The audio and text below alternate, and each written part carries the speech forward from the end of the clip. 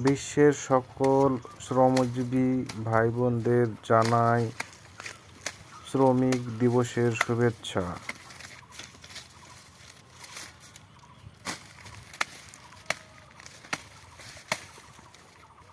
আসসালামু আলাইকুম ভাই, আপনি কি ভিডিও করতেছেন?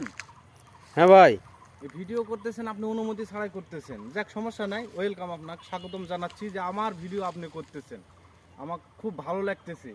তবে আপনাকে একটা কথা বলি, আপনারা তো শুধু ভিডিও করে ইন্টারনেটে ছেড়ে দিচ্ছেন, গোটা বিশ্ব দেখতেছে, দেখাচ্ছেন। এই পরিশ্রম যে করতেছি আমরা, এই পরিশ্রম যদি না করা যায়, আমরা যদি এই মানে খামারে যদি আমরা পরিশ্রম যদি না করি, ওইদিকে দেখান, একটা ভিডিও দেখান, ওইদিকে দেখান, ওইদিকে দেখেন, সবুজ শ্যামল ঘেরা যে সুন্দর প্রকৃতি আপনি দেখতে পাচ্ছেন, এগুলো সব গ্রামের মানুষের মানে ঘাম ঝরানো পরিশ্রম।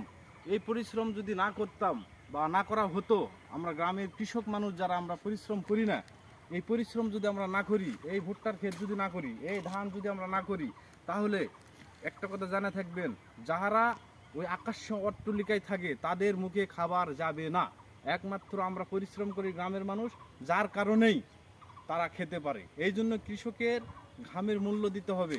কৃষকের ঘামের মূল্য কিন্তু অনেক অনেক, যেটা বলা প্রকাশ করা যাবে না। যদি আমরা ক্ষেত খামারে যদি পরিশ্রম না করি, যদি আমরা কাজ না করতে পারি, তাহলে কিন্তু আমাদের তো নিজের খাবার তো হবেই না, ওদের কিভাবে খাবার হবে যারা আকাশ অট্টালিকায় থাকে? এই জন্য কৃষককে মূল্যায়ন করুন, কৃষককে ভালোবাসুন এবং যথেষ্ট মূল্য